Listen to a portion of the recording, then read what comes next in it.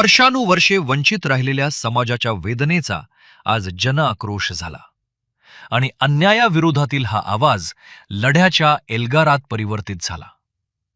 अनुसूचित जातींच्या आरक्षणातील उपवर्गीकरणाच्या समर्थनार्थ मातंग समाजाच्या वतीने पिंपरी चिंचवडमध्ये भव्य जनआक्रोश महामोर्चाचे आयोजन करण्यात आले. या महामोर्चाला राज्याच्या विविध भागातून आलेल्या हजारो समाज बांधवांचा उत्स्फूर्त प्रतिसाद मिळाला. पिंपरी महानगरपालिका परिसरातील भारतरत्न डॉक्टर बाबासाहेब आंबेडकर यांच्या पुतळ्यास पुष्पहार अर्पण करून महामोर्चाची सुरुवात झाली. त्यानंतर गुरुवर्य लहुजी वस्ताद साळवे यांच्या पुतळ्यापासून चिंचवड स्टेशन मार्गे निगडी तहसील कार्यालयापर्यंत हा मोर्चा काढण्यात आला. हातात मागण्यांचे फलक, घोषणांनी दुमदुमलेला परिसर आणि आपल्या हक्कासाठी मोठ्या संख्येने रस्त्यावर उतरलेली तरुणाई, माय माऊल्या आणि ज्येष्ठ नागरिक अशा उत्स्फूर्त वातावरणात महामोर्चाने प्रशासनाचे लक्ष वेधून घेतले. विशेष म्हणजे आपल्या लेकरांच्या उज्ज्वल भविष्यासाठी माय माऊल्यांनीही या लढ्यात मोठ्या संख्येने सहभाग घेतला. तरुणाईने आपल्या हक्काचा आवाज बुलंद केला, तर ज्येष्ठांनीही या लढ्याला ठाम पाठिंबा दिला.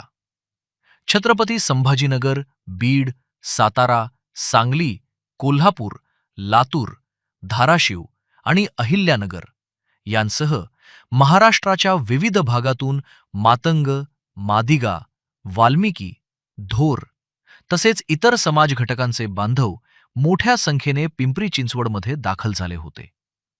या महामोर्चामागील प्रमुख मागणी होती सर्वोच्च न्यायालयाच्या 1 ऑगस्ट 2024 रोजीच्या निर्णयाच्या अनुषंगाने महाराष्ट्रातील अनुसूचित जातींच्या आरक्षणाचे अ, ब, क, ड उपवर्गीकरण तातडीने लागू करावे.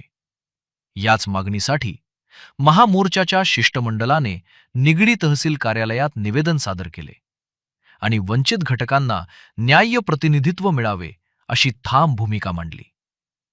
हा केवळ एक मोर्चा नव्हता, ही वर्षानुवर्षे दाबून ठेवलेल्या वेदनेची हाक होती.